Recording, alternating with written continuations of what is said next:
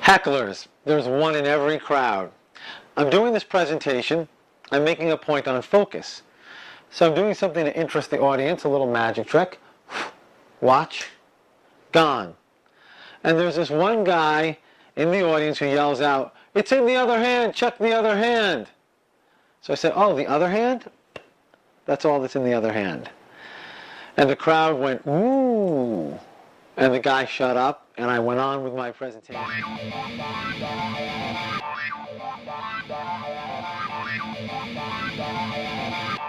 Tip number 1.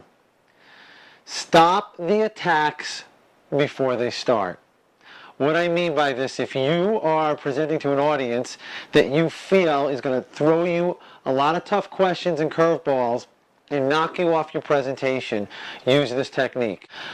I have 30 minutes to share my presentation with you. I will stay right within that framework. What I'm going to ask you to do is please hold all your questions to the end, because I have 10 minutes budgeted for Q&A. And what you'll see is as I go on with my presentation, I'll be answering a lot of the questions that you have. Tip number 2. Don't let them preempt you. What a lot of people do is they hand out their slides on PowerPoint in advance to the audience.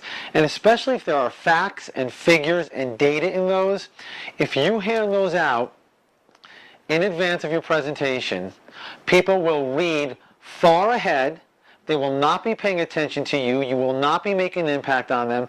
And what they will do is they'll come up with all these questions about where you got your data from, does it all add up?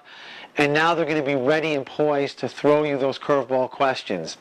Don't let them preempt you. Don't give them the handouts until you're done with your presentation. Stop the monopolizing heckler before he starts. When you get to Q&A, and you should be able to get there with no problems now that you've had everybody hold their questions, when you get to Q&A, open it up with this. I'm going to ask if there are any questions, and I want to make sure that I give ample time to each person here who has a question. So who would like to go first? That puts a seed in their mind that says, wow, he's really in tune with making sure everybody has an opportunity to ask their question. By doing that, you're ensuring that the monopolizer knows in advance that that won't be tolerated. Strategy 4 is a magician's trick. And as a professional magician, I have learned if I don't want somebody to ask me to do something, to shuffle the deck or see the coin or whatever it is, the way to avoid that is to completely avoid dead time. Your presentation needs to be brisk and presented in an organized fashion so that people almost feel like they're interrupting you while you're presenting.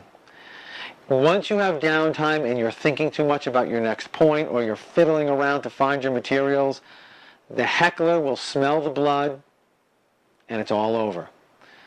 Avoid dead time at all costs.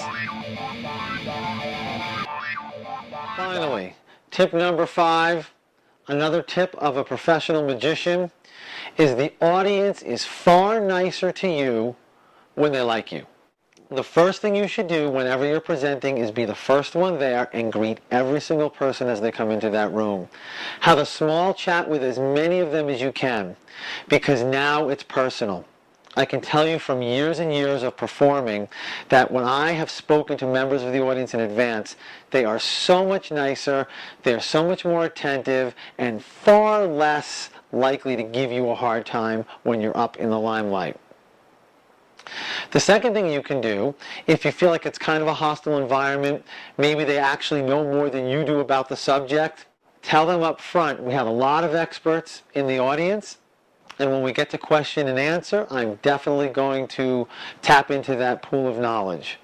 So you're giving them a sincere compliment, and then you're also giving yourself the ability to toss a tough question out to the audience.